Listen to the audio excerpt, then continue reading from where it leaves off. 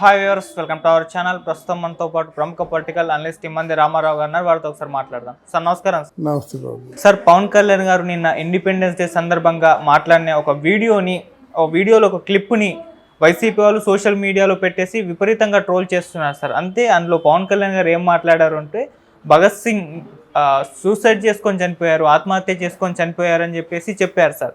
ఇది Pawan Kalyan deputy CM యొక్క అజ్ఞానం అని చెప్పేసి వైసీపీ వాళ్ళు విపరీతంగా ట్రోల్ చేస్తున్నారు. అంటే బ్రిటిష్ వాళ్ళు ఉరితీశారు భగత్ సింగ్ గారిని, అటువంటి జ్ఞానం కూడా లేదు అన్నట్టుగా విమర్శిస్తున్నారు సార్. మరి దీనికి విమర్శల పైన మీ సమాధానం ఏంటి? మరి పవన్ కళ్యాణ్ గారి ఆ స్పీచ్ పైన మీ ఒపీనియన్ ఏంటి?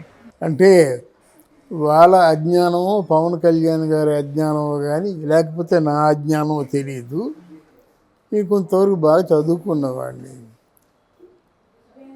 అక్కడ ఎవరో ఒక ఆవిడ చాలా అసహ్యమైన వ్యక్తి, ఎవరో మా పేరు గుర్తు రావటంలే, ఆవిడేదో ట్రోల్ చేసిందట. దాన్ని ఆధారంగా తీసుకొని ఆవిడేదో శ్రీభాష అపలాచారులాగా అయితే జిడ్డు కృష్ణమూర్తిలాగా, అంటే వీళ్ళ పేర్లు తెలుసో తెలీదో కానీ అట్లాంటి ప్రవచకుల్లాగా భావించి మొత్తాన్ని పార్టీ భుజాన్ని వేసుకుంది. అక్కడ పవన్ కళ్యాణ్ చెప్పింది ఏమిటంటే, భగత్ సింగ్ ఉరికయ్యకు వేలాడినప్పుడు ఎవరు కూడా ఉరి తీయలేకపోయారు. ఎందుకు వచ్చిందయ్యా వందే మాతరం అనడం మాని విడిపించేస్తూ ఉన్నారు. వందే మాతరం అన్నాడు, వాళ్ళు ఉరి తీయలేకపోతున్నారు. అన్నాడు మనిషి. అంటే చంపడానికైనా చచ్చిపోవడానికైనా వాడు సహకరించాలి, ఆయన సహకరించడం లేదు.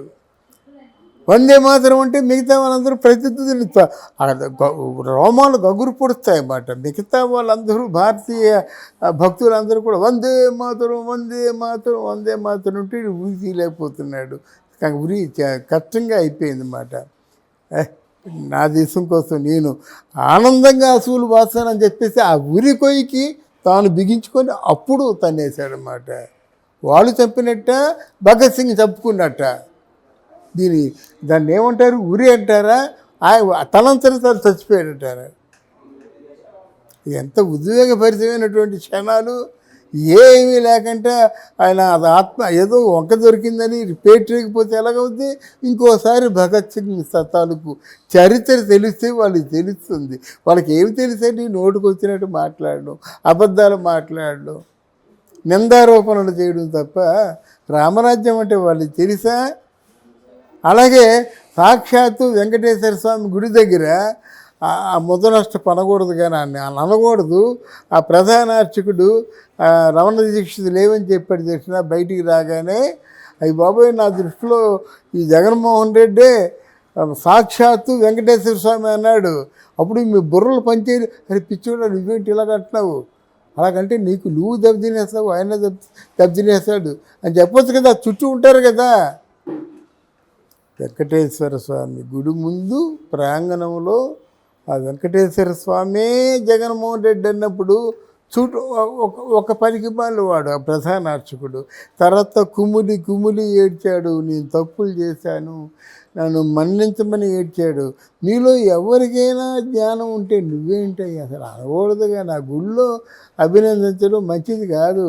గుడిలో సాష్టాంగ నమస్కారాలు చేసినా, గుళ్ళో కాళ్ళకు నమస్కారాలు చేసినా చాలా నష్టం. అది ఆ నష్టమే ఎన్టీ రామారావు అని గొప్ప కూలిపోయేలా చేసింది. ఆ నష్టమే రాజశేఖర రెడ్డిని కూడా తునాతునకలు చేసింది. అక్కడ ఉన్నవాళ్ళు ఒకరికైనా బుద్ధి జ్ఞానం లేదా? మనం ఏమనుకోవాలి? ఆయన చుట్టూ ఉన్న వాళ్ళందరూ భజన పనులు అనుకోవాలన్నమాట. నిజంగా ఉంటే వెంటనే వాళ్ళు ఏం చేసి ఆ పూజారి బయటికి లాగి, అంటే పూజారి లోపల కొట్టకూడదు, అంటే ప్రధాన అర్చకుడు కదా, అందువల్ల బయటికి లాగేసి కుమ్మేయద్దు. కనుక ఈ విషయాలన్నీ ఎందుకు చెప్తున్నానంటే, జగన్మోహన్ రెడ్డి చుట్టూ ఉన్న వాళ్ళకి ఒక అవగాహన లేదు. రాజ్యాంగం తెలీదు, పరిపాలన తెలియదు. జగన్మోహన్ రెడ్డి తాలూకు పరిపాలనని వీళ్ళు రామరాజ్యంతో పోలుస్తారా? అందువల్ల ఎవరో అనామకురాలు అన్న మాటకి వీళ్ళందరూ ఒత్తాసు పలకడం కరెక్ట్ కాదు. లేకపోతే ఒకసారి ఇది భగత్ సింగ్ చరిత్ర చదవాలండి వీళ్ళందరూ. భగత్ సింగ్ని, చెంగిజ్ ఖాన్ని, అమ్మని చదవకపోతే వీళ్ళు ఏం మాట్లాడతారండి? అమ్మ పుస్తకం విన్నారా? చెంగిజ్ ఖాన్ పుస్తకం విన్నారా? భగత్ సింగ్ పుస్తకం పూర్తి చదివారా? ఏదో ఒక్క దొరికింది ఇంకేముంది, లడ్డు దొరికిందని ప్రచారం చేస్తున్నారు. కానీ వీరంతటి అజ్ఞానులు అప్పుడు మన బ్రిటిష్ వాళ్ళే ఉండేవారు. వాళ్ళు శిక్షాస్మృతి అమలు చేయలేకపోయారు అన్నమాట. అందువల్ల అలా జరిగింది. ఒక్కొక్క ఉయ్యాలవాడు నరసింహారెడ్డి ఆయన ఇలాగ దేశం కోసం మొట్టమొదటిసారి పోరాడిన వాడు. ఆయనకేంటంటే ఆ ఉరి అంటే ఉరి తీయలేకపోతున్నారు, అందరూ భయపడిపోతున్నారు. అప్పుడు బ్రిటిష్ వాళ్ళు ఏం కోరారో తెలుసా? ఉయ్యాలవాడు నరసింహారెడ్డి పేక తగనరికి ఆ నరసింహారెడ్డి కోటకి వేలాలు కట్టమన్నారు. అంత కఠినంగా ఉండేవి. అర్థమైందా?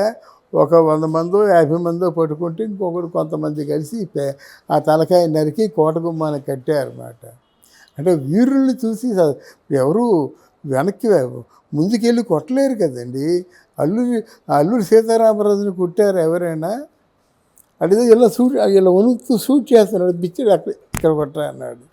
వీరులు మాట కోరి కొట్టించుకున్నాడు అల్లూరి సీతారామరాజు. దానికి ఎన్నో వచ్చాయి. అల్లూరి సీతారామరాజు కాదు, డూప్లికేటు, వీళ్ళు ఎవరినో కొట్టారు, ఆయన ఎవడో వచ్చాడని చెప్పారు. తర్వాత కొంతకాలం బెడ్డపూడి సాది అల్లూరి అంటే ఈ చరిత్రలో ఉన్న మూలాల మాట. అలాగే ఇక్కడ భగత్ సింగ్ని తలాళ్ళు చేయలేదు, చంపలేదు. చంపకపోతే వాళ్ళు భయపడుతుండగా ఒక పక్క నుంచి ఒక లాస్ట్ ఛాన్స్ ఇచ్చారు. నువ్వు వందే మాత్రం మానే వచ్చేసే దేశభక్తి కాదు, ఇక్కడ నువ్వు బ్రిటిష్ వారికి వ్యతిరేకంగా పోరాటం చేస్తున్నావు. నీ మీద అందరూ ప్రభావితం అయిపోయారు. ఆ రోజుల్లో దేశభక్తులు అంతకు తెగించి ఉండేవారు. అందువల్ల ఎవరో పనికి మాలిన ఒక ట్రాష్ చెప్పినంత మాత్రంలో ఈ ట్రాష్ అంతా తీసుకొని దాన్ని ట్రోల్ చేయడం అన్నది ఎంత హాస్యాస్పదం అండి. ట్రోల్ చేయొద్దు. ఎందుకంటే మన వీరులందరూ గొప్పవాళ్ళు. ఏమిటండి, మీకు గాంధీజీని సాధునామ గాడ్సి కొట్టాడండి. కొడితే ఏమన్నాడు? అని పట్టుకొని చంపేయండి అన్నాడా? హే రామ్ అన్నాడు. That is India. అర్థమైందా? 16 బుల్లెట్లు కాలాయి ఇందిరాగాంధీ తాలూకు కడుపులో.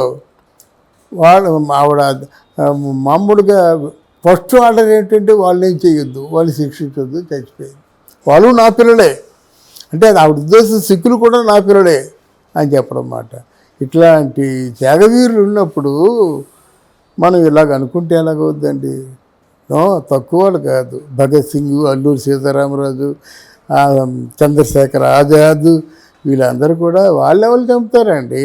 వాళ్ళు చావాలి, కానీ వాళ్ళు చావాలి. వాళ్ళు చంపే శక్తి ఎవరికైనా ఉందా? దాన్ని ఆ వర్ణన కరెక్ట్గా లేక ఆత్మహత్య చేసుకున్నాడని చెప్పాడు, సంక్షిప్తంగా చెప్పాడు. వీళ్ళందరికీ బుర్ర లేదు కనుక, ఆయన చరిత్ర తెలియదు కనుక, ఆయన ఉద్వేగం తెలియదు కనుక ఆయన ఎంతమంది చంపడానికి వచ్చి వెనక్కి వెళ్ళిపోయారండి ఆయన్ని. సో ఎనీవే, భగత్ సింగ్ మాత్రం ఆ విషయంలో మాత్రం ఆ ఉద్వేగభరితమైనటువంటి తన చావుని భారతదేశపు స్వాతంత్ర్యం కోసం, వందే మాతరం నినాదం కోసం ఆయన త్యాగం చేశాడు. Thank you so much. Thank you.